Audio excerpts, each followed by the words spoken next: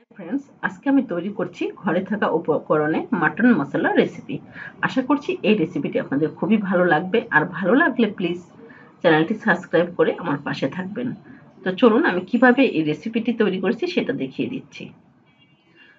Mutton মশলা তৈরি করার জন্য আমি এখানে 1 কেজি মাটন খুব ভালোভাবে ধুয়ে রেগুলার কাট করে কেটে নিয়েছি। তো আমি প্রথমে কিছু মশলা তৈরি করে নিচ্ছি।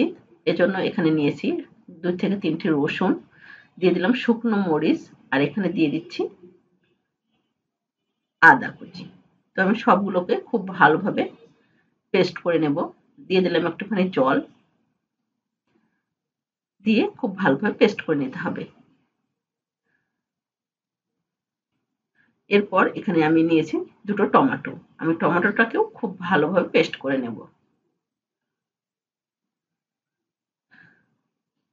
আর এখানে আমি রান্নার জন্য দিয়ে দিলাম কিছুটা তেল। তেলটা গরম হয়ে গেলে এখানে অ্যাড করে দিতে হবে 2টা তেজপাতা, দারচিনি আর লবঙ্গ। আর এখানে দিয়ে দিচ্ছি 2টো কালো এলাচ। দিয়ে তেলের উপর নেড়ে নেওয়ার পরে এখানে পেঁয়াজ কুচি অ্যাড করে দিলাম। তো পেঁয়াজটাকে একটু ব্রাউন করে ভেজে নিতে হবে। তবে খুব বেশি লালচে করার প্রয়োজন নেই। ঠিক এরকমভাবে ভেজে নিতে হবে। তো পেঁয়াজটা ভাজা হয়ে গেলে এখানে মটনগুলো দিয়ে দিচ্ছি। খুব ভালোভাবে পেঁয়াজের মধ্যে মিশিয়ে নিতে হবে।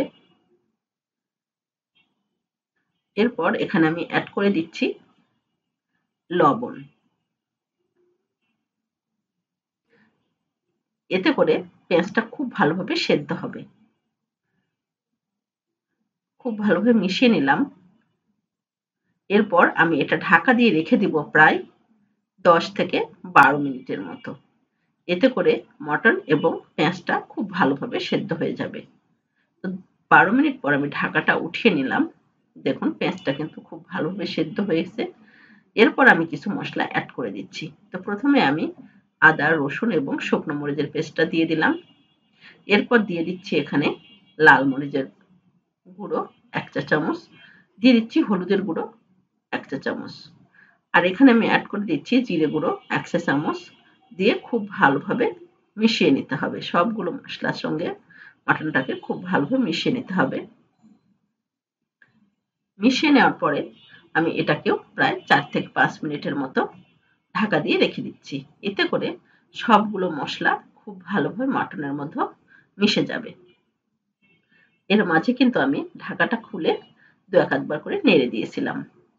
তো 5 মিনিট পর আমি ঢাকাটা উঠিয়ে নিলাম। দেখুন জলটা কিন্তু শুকিয়ে গেছে। এখানে অলরেডি তেলটা ছেড়ে দিয়েছে। এরপর মাটনটা খুব ভালোভাবে কষিয়ে নিতে হবে। প্রায় 4 থেকে 5 মিনিটের মতো ঠিক এভাবে কষিয়ে নিলাম। এতে করে মাটনের টেস্টটা কিন্তু খুব ভালো আসবে। তো মাটনটা কষিয়ে নেওয়ার পরে এখানে অ্যাড করে দিতে হবে টমেটো পেস্ট। টমেটো পেস্ট দেওয়ার পরে এখানে আমি প্রায় 4 থেকে 5 মিনিট ঠিক এইভাবে কষিয়ে নেব। এতে করে টমেটোর যে কাঁচা গন্ধ সেটা কিন্তু চলে যাবে।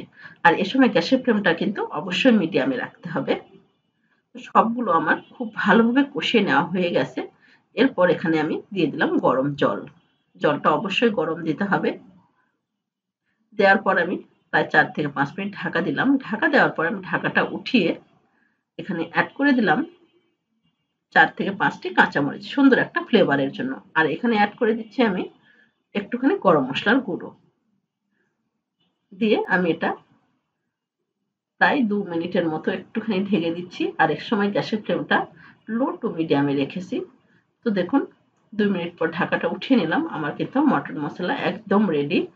তো ঘরে থাকা উপকরণে এরকম মাটন মশলা আপনারা একবার ট্রাই করবেন। এটা খেতে কিন্তু অসাধারণ লাগে। আর গরম ভাতের সাথে খেতে খুব ভালো লাগবে। আশা করছি এই রেসিপিটি আপনাদের খুবই ভালো লেগেছে। ভালো লাগলে লাইক, কমেন্ট এবং শেয়ার করে আমার পাশে থাকবেন। তো আজ এ পর্যন্তই।